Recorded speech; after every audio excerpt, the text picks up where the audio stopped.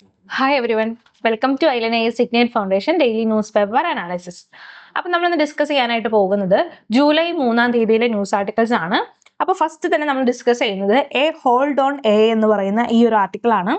അപ്പോൾ ഈ ഒരു എഡിറ്റോറിയൽ നമ്മൾ ഡിസ്കസ് ചെയ്യുന്നത് എയുടെ ഗ്രോത്തിനെ കുറിച്ചാണ്. അതായത് എ എന്ന് പറഞ്ഞാൽ ഭയങ്കര പൊട്ടൻഷ്യൽ ഉള്ളൊരു ടെക്നോളജിയാണ് ആൻഡ് അതിനെ എങ്ങനെ ഗവൺമെന്റ് മാനേജ് ചെയ്യേണ്ടതായിട്ടുണ്ട് എന്നുള്ള കാര്യങ്ങളാണ് നമ്മൾ അവിടെ നോക്കുന്നത്. ദെൻ ഹിന്ദുവിൽ വന്നിട്ടുള്ള ഒരു ഹെൽത്ത് ആർട്ടിക്കിൾ ആണ്, അതായത് നമ്മുടെ സ്പേസ് ഓങ്കോളജിനെ കുറിച്ച് വന്നിട്ടുള്ള ഒരു ആർട്ടിക്കിൾ ആണ്. അപ്പൊ അതിനകത്ത് ഇത് എങ്ങനെയാണ് നമ്മുടെ ക്യാൻസർ ട്രീറ്റ്മെന്റിനെ ഈ ഒരു സ്പേസ് ഓങ്കോളജി റെവല്യൂഷനൈസ് ചെയ്യാനായിട്ട് പോകുന്നത് എന്നാണ് ആ ഒരു ഹെൽത്ത് ആർട്ടിക്കിളിൽ പറയുന്നത്. പിന്നീട് നോക്കുന്നത് ഒരു ഓപ്പൺ എഡിറ്റോറിയൽ ആണ്, അതായത് മധ്യപ്രദേശിലെ മന്ദ്സൗർ എന്ന് പറയുന്ന ആ ഒരു ഏരിയയിൽ നമ്മുടെ HPV വാക്സിനേഷൻ സക്സസ്ഫുൾ ആയിട്ട് നടത്തിയിട്ടുണ്ട്. അപ്പൊ ആ ഒരു കമ്മ്യൂണിറ്റി പാർട്ടിസിപ്പേഷൻ, ആ ഒരു മോഡലിനെ കുറിച്ചാണ് നമ്മൾ അവിടെ ഡിസ്കസ് ചെയ്യുന്നത്. ദെൻ പ്രിലിംസിലോട്ട് വരുന്ന സമയത്ത് നമുക്ക് ഹസാദിയോ റാൻഡ് ഫോറസ്റ്റിനെ കുറിച്ച് നോക്കണം. അതുപോലെ തന്നെ വാട്സപ്പ് പുതിയതായിട്ടുള്ള ഒരു യൂസർ നെയിം ഫീച്ചർ കൊണ്ടുവന്നിരുന്നു. അപ്പൊ അതിനെ കുറിച്ചൊക്കെയാണ് നമ്മൾ ഡിസ്കസ് ചെയ്യുന്നത്. അപ്പൊ ഇത്തരം കാര്യങ്ങളാണ് നമ്മൾ ഇന്ന് കവർ ചെയ്യാനായിട്ട് പോകുന്നത്. അപ്പൊ നമ്മൾ ഫസ്റ്റ് തന്നെ ഡിസ്കസ് ചെയ്യുന്നത് A hold on artificial intelligence എന്ന് പറയുന്ന ഈ ഒരു എഡിറ്റോറിയൽ ആണ്. അപ്പൊ നമ്മുടെ UN-ന്റെ ഒരു റിപ്പോർട്ട് വന്നിട്ടുണ്ട്. UN-ന്റെ preliminary report of the independent international scientific panel on AI drives at a few fault lines in the rapid investment into a proliferation of AI technologies. അതായത് UN-ന്റെ preliminary report of the independent international scientific panel on AI വന്നിട്ടുള്ള കുറച്ച് അവരുടെ കാര്യങ്ങളാണ് പറയുന്നത്. ആ ഒരു report based ആയിട്ടുള്ള കാര്യങ്ങളാണ് ഫസ്റ്റ് ഇൻട്രൊഡക്ഷനിൽ പറയുന്നത്. അപ്പൊ ആ ഒരു റിപ്പോർട്ട്, ഈ ഒരു UN-ന്റെ റിപ്പോർട്ട് പല ഇൻസ്റ്റിറ്റ്യൂട്ടുകളെയും, അതായത് പല കൺട്രീസിനെയും വാൺ ചെയ്യുന്നു. അതായത് ആർട്ടിഫിഷ്യൽ ഇന്റലിജൻസിന്റെ ഈ ഒരു ഡെവലപ്മെന്റ് എന്ന് പറയുന്നത് പലതും റിച്ച് കൺട്രീസിൽ മാത്രം കോൺസെൻട്രേറ്റ് ചെയ്യുന്നതായിട്ട് കാണാൻ പറ്റുന്നു. Few rich countries and large technology കമ്പനീസിന്റെ കയ്യിൽ മാത്രമായിട്ട് ഈ ഒരു ഗ്രോത്ത് ഒതുങ്ങുന്നു. അതുകൊണ്ട് തന്നെ എന്താണ്, ഒരു global south, global north divide ഈ വലിയ വലിയ കൺട്രീസും ചെറിയ ചെറിയ കൺട്രീസും തമ്മിൽ വരുന്നുണ്ട്. ആ ഒരു ഡിവൈഡ് ഈ ഒരു ആർട്ടിഫിഷ്യൽ ഇന്റലിജൻസ് ക്രിയേറ്റ് ചെയ്യുന്നുണ്ട്. അതുപോലെ തന്നെ എന്താണ്, ഇവിടെ എന്ന് പറഞ്ഞു കഴിഞ്ഞാൽ ഡെവലപ്ഡ് കൺട്രീസ് ആണ് ആർട്ടിഫിഷ്യൽ ഇന്റലിജൻസിൽ ഹൈ ആയിട്ട് നിൽക്കുന്നത്, അതായത് ഡോമിനേറ്റ് ചെയ്യുന്നത്. AI റിസർച്ചിലായാലും ഇൻവെസ്റ്റ്മെന്റ്, കമ്പ്യൂട്ടിംഗ് പവറിലായാലും സ്കിൽഡ് ടാലന്റിലായാൽ പോലും ഡെവലപ്ഡ് കൺട്രീസ് ആണ് ഏറ്റവും ടോപ്പിൽ നിൽക്കുന്നത്. അതുപോലെ തന്നെ ഡെവലപ്പിംഗ് കൺട്രീസ് എന്താണ്, ഈ ഒരു AI ഡെവലപ്മെന്റിന് വേണ്ടിയിട്ട് പലതരത്തിൽ സ്ട്രഗിൾ ചെയ്യുന്നതായിട്ട് കാണാൻ പറ്റുന്നുണ്ട്. അതായത് struggle to build their own AI ecosystem and depend on foreign AI technologies നമുക്ക് കാണാനായിട്ട് പറ്റുന്നുണ്ട്.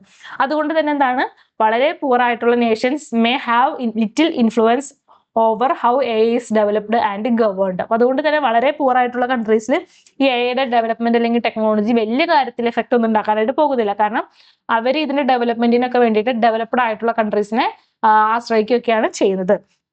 അപ്പോൾ നമ്മുടെ മെയിൻ ആയിട്ടുള്ള ഒരു കൺസേൺ ഈ ഒരു എഡിറ്റോറിയലിൽ പറയുന്നത് എന്താണെന്ന് ചോദിച്ചു കഴിഞ്ഞാൽ, ആർട്ടിഫിഷ്യൽ ഇന്റലിജൻസിന് എന്താണ്, ആർട്ടിഫിഷ്യൽ ഇന്റലിജൻസ് എന്ന് പറയുന്നത് നമ്മുടെ സോഷ്യൽ മീഡിയനെ പോലെ വളരെ ഫാസ്റ്റ് ആയിട്ട് മൂവ് ചെയ്തുകൊണ്ടിരിക്കുകയാണ്. അപ്പോൾ അതിനെന്താണ്, നമ്മൾ കുറച്ച് റെസ്ട്രിക്ഷൻസ് ഒക്കെ കൊണ്ടുവരേണ്ടത് ആവശ്യമാണ്.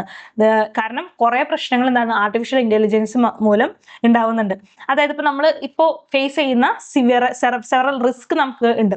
അതായത് AI ചാറ്റ് ബോട്ട്സ്, അതുപോലെ തന്നെ മോഡൽസ് ഒക്കെ എന്താണ് പലപ്പോഴും ഇപ്പൊ ChatGPT ഒക്കെ ഉപയോഗിക്കുന്ന സമയത്ത് മിസ്ഇൻഫോർമേഷൻസ് ഉണ്ടാവാറുണ്ട്.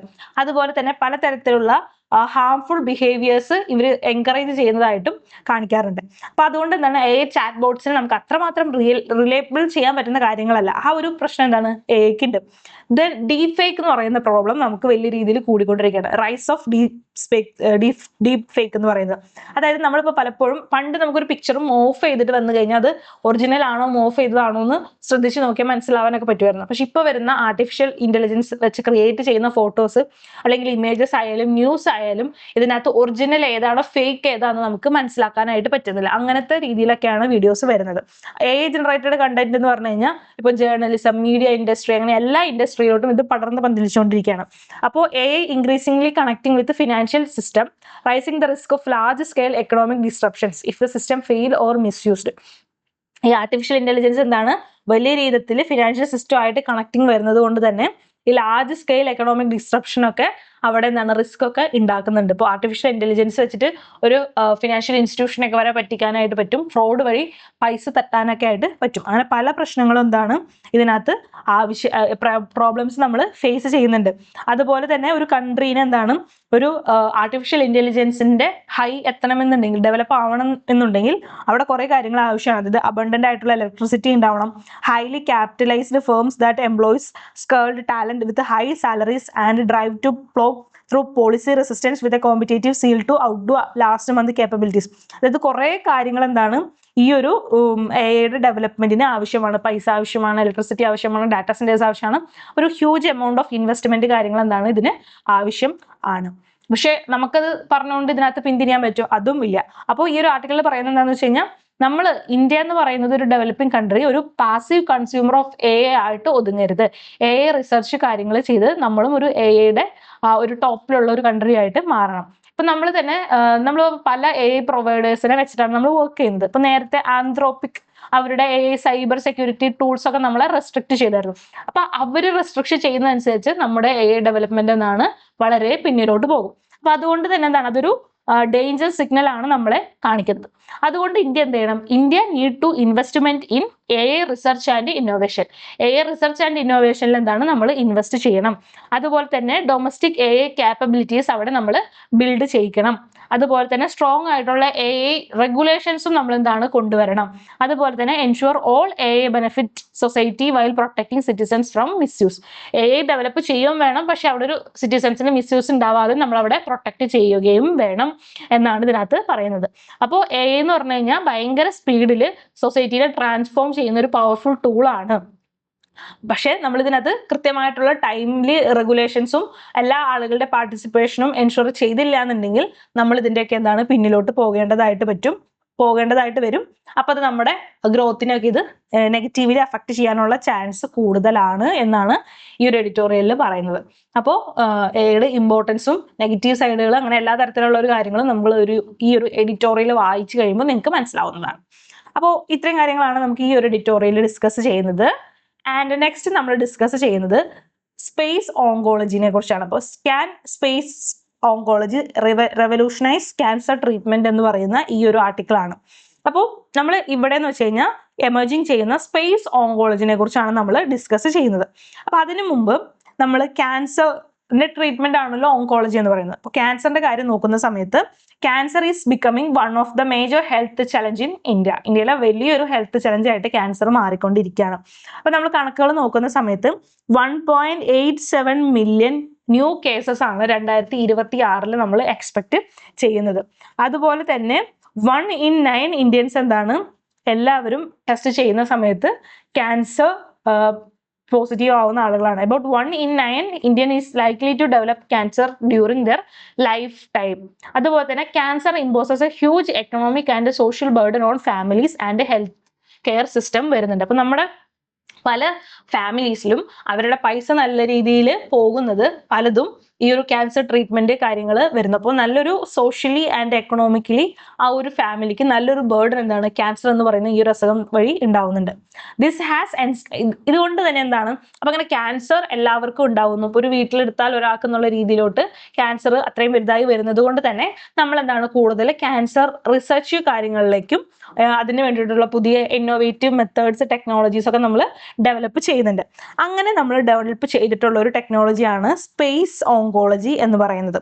Space oncology is A rapidly emerging field investigating how microgravity and cosmic radiation impact cancer progression and treatment.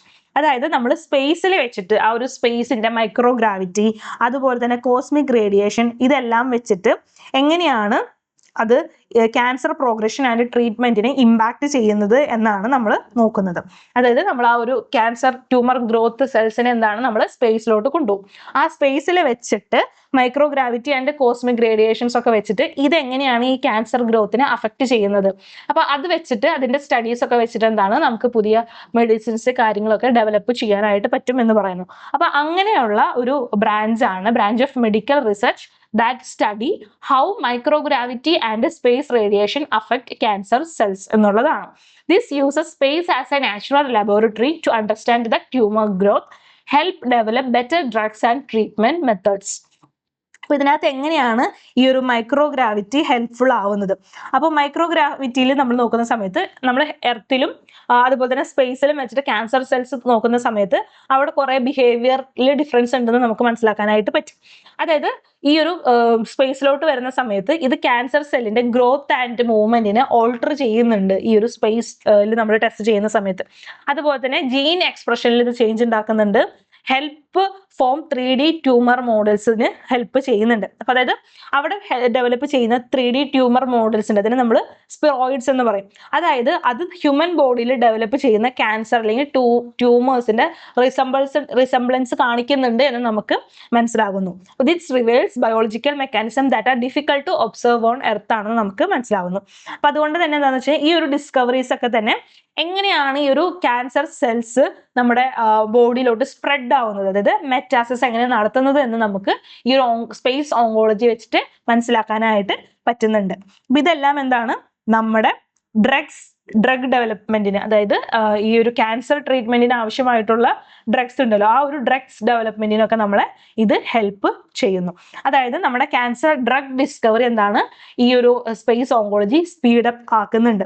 അതുപോലെ തന്നെ improve nano particle based drug delivery, അതായത് allowing medicine to target tumours more effectively. അപ്പോൾ ട്യൂമറിനൊക്കെ എന്താണ് ആ ഒരു particular സെല്ലിലോട്ട് എവിടെയാണോ ആ ഡാമേജ് ഉള്ളത് അവിടെ തന്നെ കൊണ്ടുപോയിട്ട് ആ ഒരു സ്പേസിൽ ഡ്രഗ് ഡെലിവറി നടത്താൻ പറ്റുന്നു. അപ്പൊ അതിലൊക്കെ നമ്മൾ നാനോ പാർട്ടിക്കിൾസ് ഉപയോഗിക്കുന്നുണ്ട്. അപ്പൊ അതൊക്കെ എന്താണ് സ്പേസിൽ വെച്ച് ചെയ്യുന്ന സമയത്ത് കുറച്ചുകൂടി ഇംപ്രൂവ് ആയിട്ടുണ്ടെന്ന് നമുക്ക് മനസ്സിലാകുന്നു.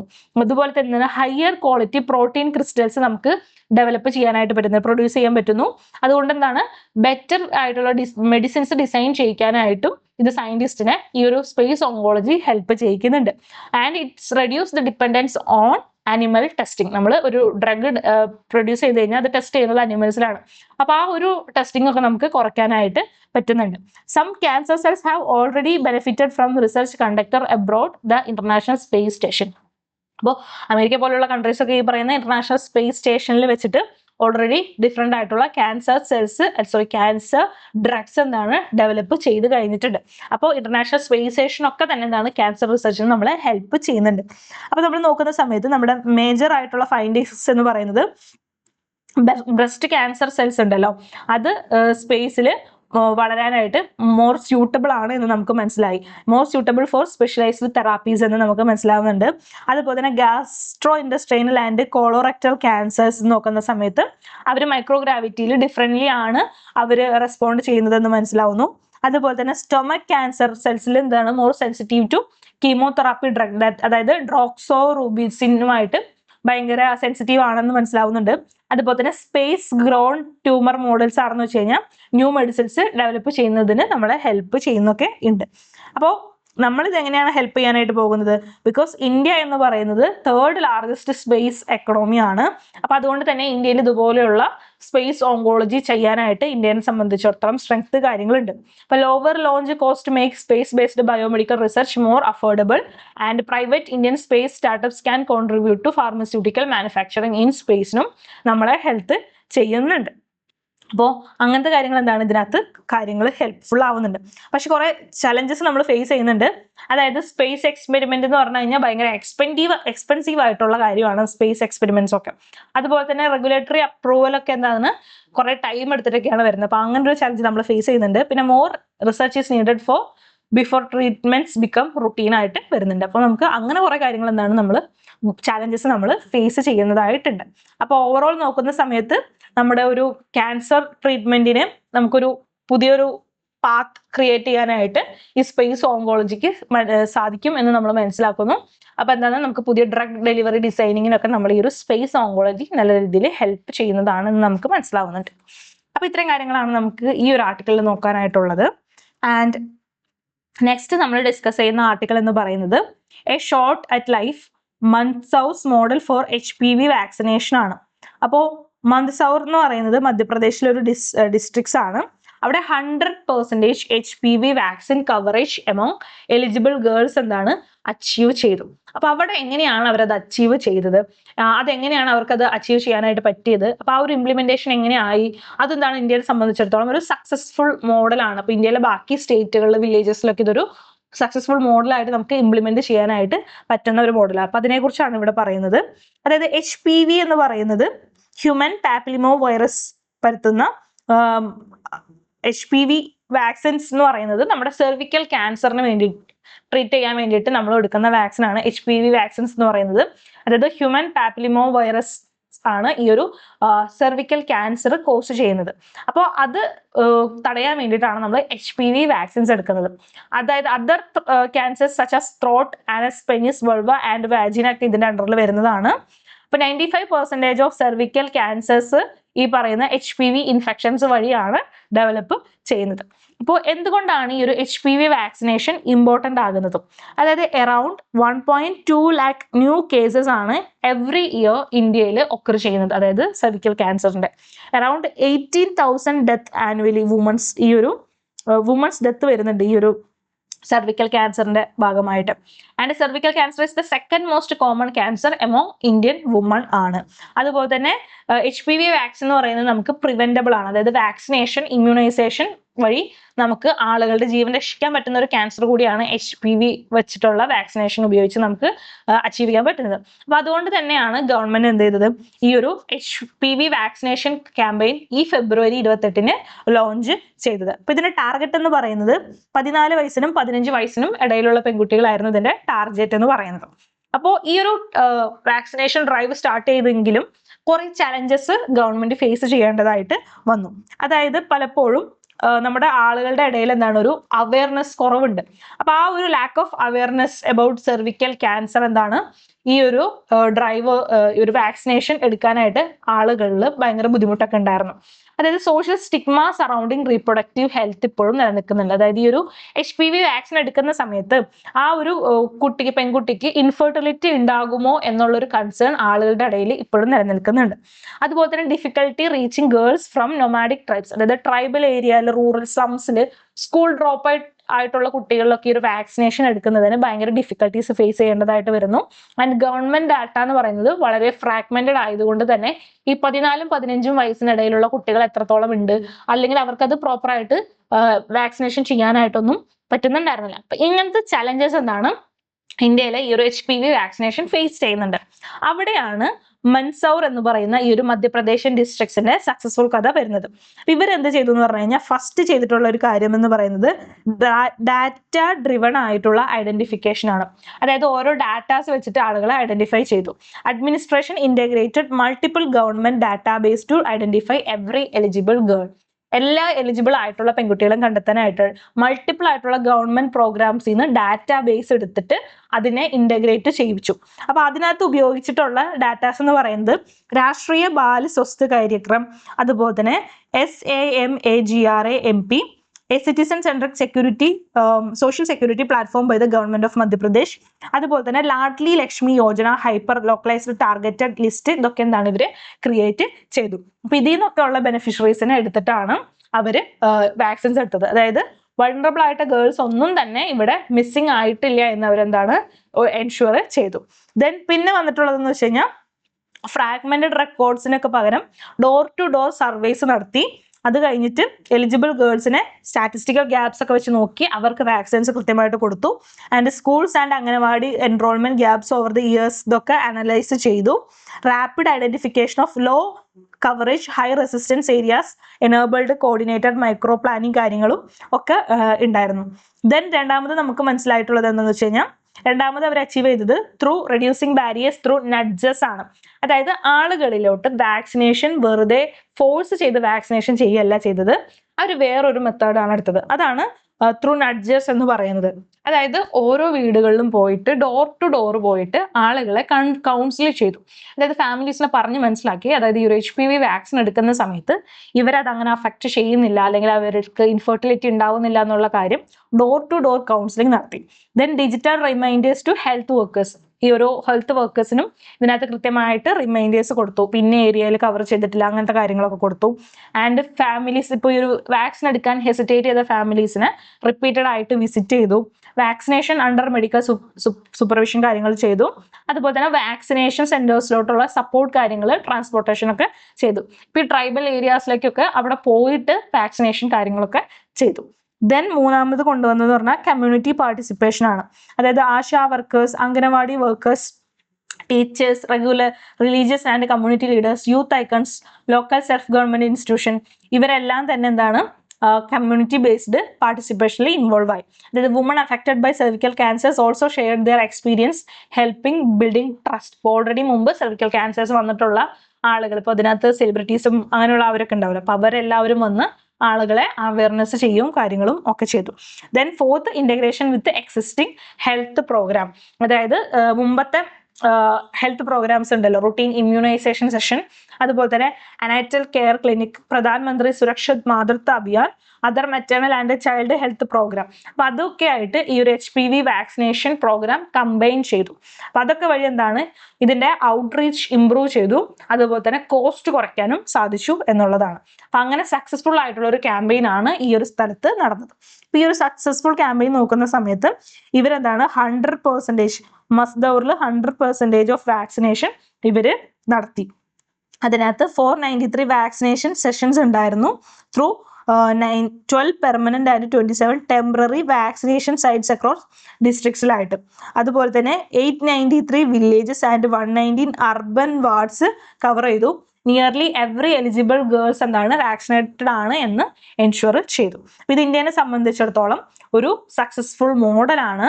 ആൻഡ് ഈ ഒരു സക്സസ്ഫുൾ പബ്ലിക് ഹെൽത്ത് പ്രോഗ്രാം നമുക്കൊരു ലെസൺ ആണ്. അപ്പൊ ഈ ഒരു പ്രോഗ്രാം നമുക്ക് കാണിച്ചു തരുന്നത് എന്താണ്, ഗവൺമെന്റ് ഡാറ്റാസ് ബെറ്റർ ആയിട്ട് യൂസ് ചെയ്ത് കഴിഞ്ഞാൽ നമുക്ക് എല്ലാ പ്രോഗ്രാംസ് സ്കീംസ് ഒക്കെ സക്സസ്ഫുൾ ഇംപ്ലിമെന്റ് ചെയ്യാൻ പറ്റും. Community engagement, behavioural science, last mile delivery, strong local governance, integration across health schemes, better use of government data എല്ലാം തന്നെ പബ്ലിക് ഹെൽത്ത് പ്രോഗ്രാം സക്സസ്ഫുൾ ആക്കാനായിട്ട് നമ്മളെ സഹായിക്കുമെന്ന് നമുക്ക് ഈ ഒരു പ്രോഗ്രാമിലൂടെ മനസ്സിലാക്കി. അപ്പോൾ the Mandsaur model shows that vaccination success depend not only on vaccination availability but also on the trust, accurate data, community participation, and effective last mile governance. It offers a scalable blueprint for improving public health programs across India. എന്നുള്ള കാര്യവും നമുക്ക് മനസ്സിലായി. അപ്പോൾ ഇത്രയും കാര്യങ്ങളാണ് നമുക്ക് ഈ ഒരു ഓപ്പണിൽ ഡിസ്കസ് ചെയ്യാനായിട്ട് വരുന്നത്.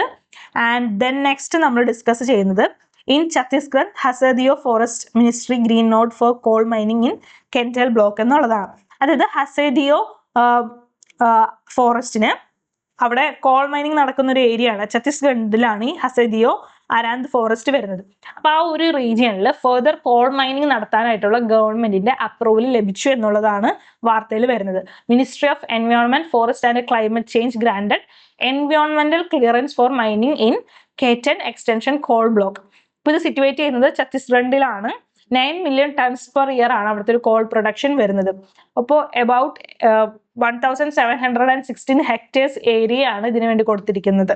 അപ്പോൾ ഈ ഒരു ഹസദിയോ അറാന്ത് എന്തുകൊണ്ടാണ് ഇമ്പോർട്ടന്റ് ആകുന്നത് എന്ന് പറഞ്ഞാൽ ഈ ഒരു ഫോറസ്റ്റിനെ നമ്മൾ green lungs of central India എന്നാണ് അറിയപ്പെടുന്നത്. അതായത് ഒരു 1500 സ്ക്വയർ കിലോമീറ്റർ ആയിട്ടുള്ള ഒരു ഡെൻസ് ഫോറസ്റ്റ് ആണ് ഈ ഒരു ഹസാദിയോ അറാന്ത് ഫോറസ്റ്റ് എന്ന് പറയുന്നത്. അതായത് 640ഓളം പ്ലാന്റ് സ്പീഷീസിന്റെ ഹോമാണ്. എലഫന്റ്, ലെപ്പാർഡ്സ്, ടൈഗേഴ്സ്, അതുപോലെ തന്നെ several schedule 1 wild life species ഒക്കെ ഇതിനകത്ത് വരുന്നുണ്ട്. ദെൻ റിച്ച് ആയിട്ടുള്ള സാൽ ആൻഡ് ടീക്ക് ഫോറസ്റ്റുകൾ ഇതിനകത്ത് കാണാനായിട്ട് പറ്റും. ആൻഡ് ഇതൊരു ഇമ്പോർട്ടന്റ് ആയിട്ടുള്ള എലഫന്റ് കോറിഡോർ കൂടിയാണ് ഈ പറയുന്ന ഹസദിയോ അറാന്ത് എന്ന് പറയുന്ന സ്ഥലം, ആ ഒരു forest. That form the catchment area of Hasdeo river. ഒരു മഹാനദിയുടെ ട്രിബ്യൂട്ടറി ആയിട്ടുള്ള ഹസാദിയോ റിവറിന്റെ ഒരു കാച്ച്മെന്റ് ഏരിയ ആണ് ഈ ഹസാദിയോ അറാന്ത് ഫോറസ്റ്റ് വരുന്നത്. ആൻഡ് എൻവയോൺമെന്റൽ കൺസേൺസ് എന്താണെന്ന് ചോദിച്ചു കഴിഞ്ഞാൽ എബൌട്ട് ഒരു 1742ഓളം ഹെക്ടേഴ്സ് ലാൻഡ് ആണ് ക്ലിയർ ചെയ്യാനായിട്ട് പോകുന്നത്. അപ്പോൾ 4.48 lakh ട്രീ സ്പീഷീസ് ആണ് അവിടെ മുറിക്കാനായിട്ട് പോകുന്നത്. ഈ ഒരു മൈനിങ് ആക്ടിവിറ്റി വരുന്ന സമയത്ത് ആ ഒരു wild life habitat and elephant corridors fragmented ആവാനുള്ള ചാൻസസ് കാണുന്നുണ്ട്. ബയോഡൈവേഴ്സിറ്റി ലോസ് ഉണ്ടാവാനും ഫോറസ്റ്റ് കവർ കുറയാനുള്ള ചാൻസും കാണുന്നുണ്ട്. Possible impact on water resource and ecosystem സർവീസും നമ്മൾ പ്രതീക്ഷിക്കുന്നുണ്ട്. അപ്പൊ അങ്ങനെ പ്രശ്നങ്ങളൊക്കെ ഇവിടെ വരുന്നുണ്ട്. അതുപോലെ തന്നെ ഒരു 56ഓളം ട്രൈബൽ വില്ലേജസ് ഫാമിലീസ് ഈ ഒരു സ്ഥലത്ത് വരുന്നുണ്ട്. ഇപ്പോൾ കെൻഡെ, ബസാൻ, ചക്കേരി, പരോഗിയ എന്നൊക്കെ പറയുന്നത് ഈ ഒരു ട്രൈബൽ ഏരിയാസ് വരുന്ന ഒരു റീജിയൻ ഒക്കെ ആണ്. അപ്പോൾ ഗവൺമെന്റ് ഇങ്ങനെ ഒരു സംബോധന അപ്രൂവ് കൊടുത്തിരിക്കുന്നത് എന്താ, ഗവൺമെന്റ് പറയുന്നത് എന്താണെന്ന് വെച്ചാൽ ഇന്ത്യയിലെ ഇലക്ട്രിസിറ്റി ഡിമാൻഡ് കൂടി വരികയാണ്. അപ്പോൾ ഡൊമസ്റ്റിക് കോൾ പ്രൊഡക്ഷൻ അത്യാവശ്യം ആണ് എന്ന് പറഞ്ഞിട്ടാണ് ഇതിനൊക്കെ അനുമതി കൊടുത്തിരിക്കുന്നത്. എൻവയോൺമെന്റൽ safeguard and phased tree felling improve ചെയ്തു എന്നും പറയുന്നുണ്ട്. അതുപോലെ തന്നെ compensatory afforestation and rehabilitation measures ഒക്കെ ഇംപ്ലിമെന്റ് ചെയ്തു എന്നും പറയുന്നുണ്ട്. അപ്പൊ അത്തരം കാര്യങ്ങളാണ് ഇതിനകത്ത് വരുന്നത്. ഹസാദിയോ അറാന്ത് ഫോറസ്റ്റ് എന്ന് പറയുന്നത് 1.7 lakh ഹെക്ടേഴ്സ് വരുന്ന ഒരു ഡെൻസ് ഫോറസ്റ്റ് ആണ്. ഹൈ കാർബൺ സീക്വസ്ട്രേഷൻ ആണ്. അതുപോലെ തന്നെ ഹസാദിയോ റിവറിന്റെ കാച്ച്മെന്റ് ഏരിയ വരുന്നത്, അതുപോലെ തന്നെ ബാങ്കോ ഡാമും ഇതിന്റെ ഇടയിൽ വരുന്ന ഒരു റീജിയൻ ആണ്. ഇത്ര മാത്രമാണ് നമുക്ക് ഈ ഒരു ന്യൂസിൽ നോക്കാനായിട്ടുള്ളത്. ആൻഡ് ലാസ്റ്റ് നമ്മൾ നോക്കുന്നത് എന്താണെന്ന് ചോദിച്ചു കഴിഞ്ഞാൽ, നിങ്ങൾ ഇന്നലെയോ മിനിഞ്ഞാന്നൊക്കെ കണ്ടിട്ടുണ്ടാവും, വാട്സപ്പിൽ പുതിയൊരു ഫീച്ചർ ആഡ് ചെയ്തു. അതായത് യൂസർ നെയിം കൊണ്ടുവന്നു. ആ ഒരു ഫീച്ചറിനെ കുറിച്ചാണ് പറയുന്നത്. അപ്പൊ ആ ഒരു ഫീച്ചറിനെ ഡിലേ ചെയ്യാനായിട്ട് നമ്മുടെ ഇന്ത്യൻ ഗവൺമെന്റ് പറഞ്ഞിരിക്കുകയാണ്. അതായത് നമ്മുടെ ഫോൺ നമ്പർ കാണുന്നതിന് പകരം അവിടെ ഒരു യുണീക്ക് ആയിട്ടുള്ള യൂസർ നെയിം ക്രിയേറ്റ് ചെയ്ത് കഴിഞ്ഞാൽ അത് നിങ്ങൾക്ക് അവിടെ കാണാനായിട്ട് പറ്റും.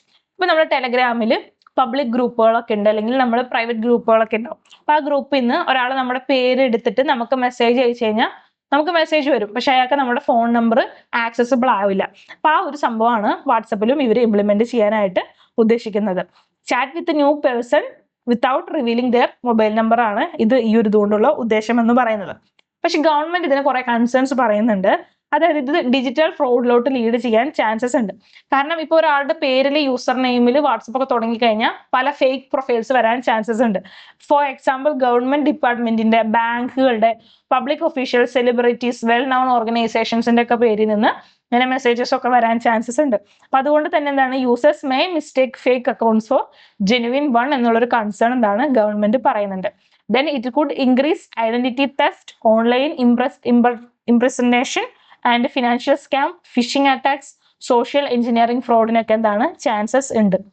അപ്പൊ അതുകൊണ്ട് തന്നെ centre asked WhatsApp to conduct a detailed risk assessment before roll out. ഇത് ഇംപ്ലിമെന്റ് ചെയ്യുന്നതിന് മുമ്പ് ഒരു റിസ്ക് അസസ്മെന്റ് നടത്തണം എന്ന് വാട്സപ്പിനോട് ഗവൺമെന്റ് പറഞ്ഞിരുന്നു. അപ്പോൾ ഇതിനകത്ത് വാട്സപ്പ് പറയുന്ന ഡിഫൻസ് കാര്യങ്ങൾ എന്താണെന്ന് വെച്ച് കഴിഞ്ഞാൽ, ഈ ഒരു ഫീച്ചറിന് ഓൾറെഡി എന്താണ് സെവറൽ സേഫ് ഗാർഡ്സ് ഉള്ളതാണ്. അതായത് എവറി യൂസർ നെയിം എന്ന് പറയുന്നത് യുണീക്ക് ആയിരിക്കും. അതുകൊണ്ട് തന്നെ എന്താണ്, യൂസർ നെയിം യുണീക്ക് ആണെങ്കിൽ എന്താണ് അവിടെ ഒരു ഫോൺ നമ്പർ ആവശ്യമാണ്. ഇപ്പൊ ഒരു അക്കൗണ്ട് ക്രിയേറ്റ് ചെയ്യണമെന്നുണ്ടെങ്കിൽ ഫോൺ നമ്പർ എന്തായാലും വേണം. അത് വാട്സപ്പ് നെയിം വെച്ചിട്ട് ക്രിയേറ്റ് ചെയ്യാനൊന്നും പറ്റത്തില്ല. There is no public directory of user name വരുന്നില്ല. അതുപോലെ തന്നെ people must know your exact user name to contact you. ഒരാളിപ്പോ എന്റെ പേര് അടിച്ചു കൊടുത്താൽ മാത്രം പോരാ. അപ്പൊ ഞാൻ എന്റെ പേരിന്റെ ഒപ്പം 1 2 അല്ലെങ്കിൽ ഹാഷ് എന്ത് വിട്ടിട്ടുണ്ടെങ്കിലും ആ എക്സാക്ട് നെയിം ഉണ്ടെങ്കിൽ മാത്രമാണ് അവർക്ക് നമ്മുടെ ഇതിലേക്ക് എത്താൻ പറ്റുള്ളൂ. അല്ലാതെ നമ്മുടെ പേര് മാത്രം സെർച്ച് ചെയ്തിട്ട് അവർക്ക് എത്താനായിട്ട് പറ്റില്ല. Users can control who contact dum. നമുക്ക് എന്താണ് കൺട്രോൾ ചെയ്യാൻ പറ്റും, ആർക്കൊക്കെ നമ്മളെ കോണ്ടാക്ട് ചെയ്യാമെന്നുള്ള കാര്യങ്ങൾ. അതുപോലെ തന്നെ additional system will be detect suspension behaviour and impersonation കൊണ്ടുവരും എന്നാണ് പറഞ്ഞിരിക്കുന്നത്. അപ്പോൾ ഈ ഒരു കാര്യങ്ങളൊക്കെയാണ് നമുക്ക് ഇതിനകത്ത് പറയാനായിട്ടുള്ളത്. അപ്പോൾ ഇത്തരം കാര്യങ്ങളാണ് നമുക്ക് ഇന്ന് ഡിസ്കസ് ചെയ്യാനായിട്ടുള്ളത്. അപ്പൊ നമുക്ക് ക്വിക്കായിട്ടൊന്ന് റീക്യാപ്പ് ചെയ്യാം. അപ്പൊ ഫസ്റ്റ് നമ്മൾ ഡിസ്കസ് ചെയ്തത് എ ഹോൾഡ് ഓൺ എ എന്ന് പറയുന്ന ഈ ഒരു ആർട്ടിക്കിൾ ആണ്, എഡിറ്റോറിയൽ ആണ്. അപ്പൊ അതിനകത്ത് എയുടെ ഇമ്പോർട്ടൻസ് എന്തെല്ലാമാണ്, അതുപോലെ തന്നെ അതെങ്ങനെ നെഗറ്റീവ്ലി നമ്മൾ അഫക്ട് ചെയ്യും, ആൻഡ് ഇതിനകത്ത് എന്താണ് ഇന്ത്യ എന്താണ് ഒരു ഡെവലപ്മെന്റ് ആവശ്യമാണ്, റിസർച്ച് ഡെവലപ്മെന്റ് ആവശ്യമാണ് എന്നുള്ള കാര്യങ്ങൾ നോക്കി. പിന്നെ നമ്മൾ സ്പേസ് ഓങ്കോളജി എന്താണ് എന്നുള്ള കാര്യങ്ങൾ നോക്കി. അതെങ്ങനെയാണ് ക്യാൻസർ ട്രീറ്റ്മെന്റിന് നമ്മളെ ഹെൽപ്പ് ചെയ്യാനായിട്ട് പോകുന്നത് എന്നുള്ള കാര്യം നമ്മൾ ഡിസ്കസ് ചെയ്തു. പിന്നെ നമ്മൾ മൻസ്ദൌർ മോഡൽ ഓഫ് HPV വാക്സിനേഷനെ കുറിച്ച് നമ്മൾ ഡിസ്കസ് ചെയ്തു. ആൻഡ് ഹസാദിയോ അറന്ത് ഫോറസ്റ്റിനെ കുറിച്ച് നോക്കി. അതുപോലെ തന്നെ വാട്സപ്പിന്റെ യൂസർ നെയിം ഫീച്ചറിനെ കുറിച്ചാണ് നമ്മൾ നോക്കിയത്. അപ്പൊ ഇത്തരം കാര്യങ്ങളാണ് നമുക്ക് ഈ ആഴ്ച ഡിസ്കസ് ചെയ്യാനായിട്ടുള്ളത്. അപ്പൊ നമുക്ക് ബാക്കി ന്യൂസുമായിട്ട് അടുത്ത ദിവസം കാണാം. അതുവരയ്ക്കും ബൈ.